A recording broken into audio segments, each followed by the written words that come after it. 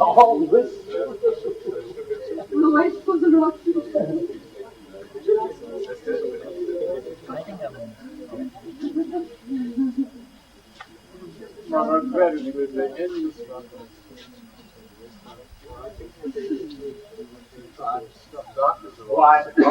wind on the clock. the children say life is not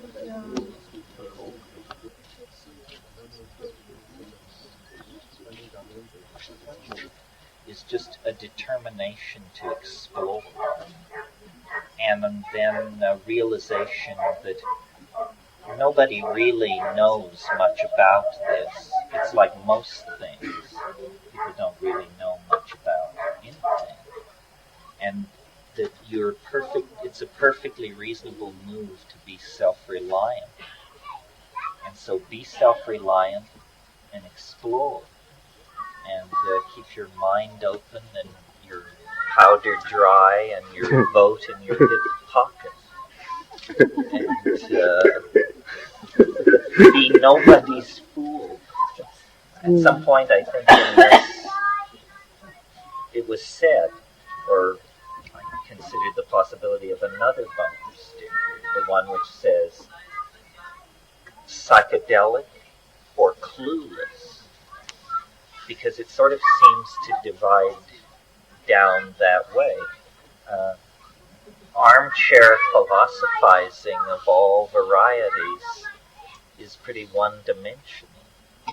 And the fact that we have this these shamanic plants present at hand, and that they so dramatically transform reality,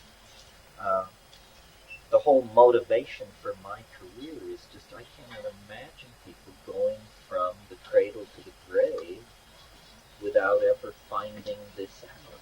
That leaves me squirming. It's like thinking about somebody never finding out about sex. But, sex rears its ugly head. I mean, few people escape.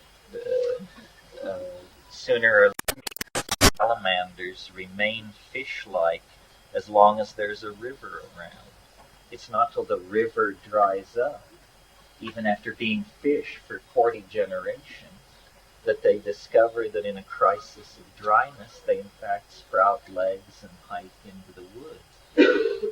So a culture that doesn't support self-experimentation and transformation of consciousness is a culture somewhat forever infantile. And then the values that it creates for itself are infantile. So I think people should just play with a full deck. And you don't have to like psychedelics or affirm it or preach it. In fact, you're fully free to deny it, denounce it, and so forth. But the simple point is, you should know that this exists in the same way that any other part of reality is potentially worthwhile information. I mean, we live with our minds, privately, publicly. We can never take it off, rarely turn it off, always come back to it. The quality of mind is the primary quality of your existence. And if we're uncomfortable in our mind, or cramped in our mind, frightened in our mind, or deluded in our mind, then quality of life is diminished. And we have been so jacked beyond what your culture allows, sanctions, tolerance, so forth and so on. And for some people this never happens. For most people, I think it happens in middle age.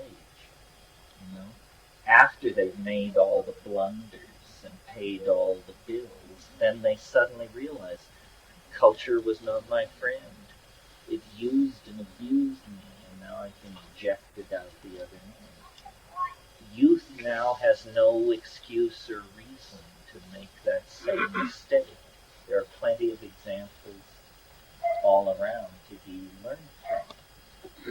young people, I hope, will completely leap over the slavish devotion to cultural values phase that so many of us experienced at such cost to our happiness, and simply move into a post-historical, tribal, psychedelic celebration of the moment of experience, sexuality, community, hope,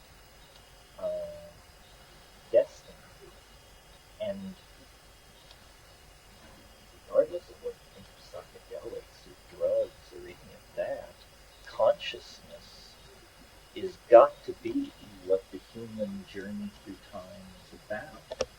I mean, if the future does not hold more consciousness, then what kind of future could it possibly be?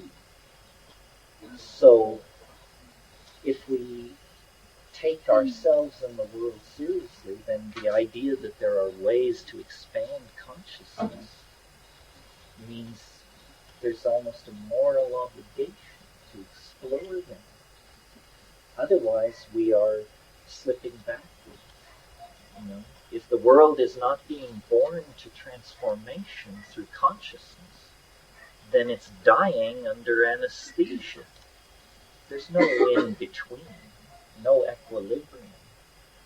And so to the degree that each one of us is more conscious, pays more attention, looks more deeply, feels more clearly, communicates more directly, the sum total of the enterprise of being is advanced.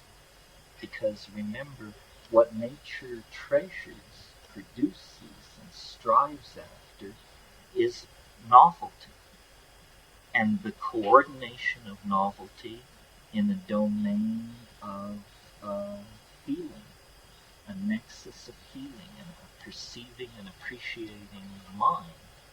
And there may be many such minds in nature, but the only one you can be sure of is your own. So it sort of falls upon you as your turf to perfect and make exemplary and communicate to other people. And the means by which this happens is entirely trivial. I advocate psychedelic plants because it's rooted in our human past and because it works. But the important thing, I think, is to feel the felt presence of the moment and to understand that you represent some kind of bizarre nexus of energy, chemistry, spirit, and time that is unique in eternity. And for what? Who knows? Why? Who knows? For how long? Who knows?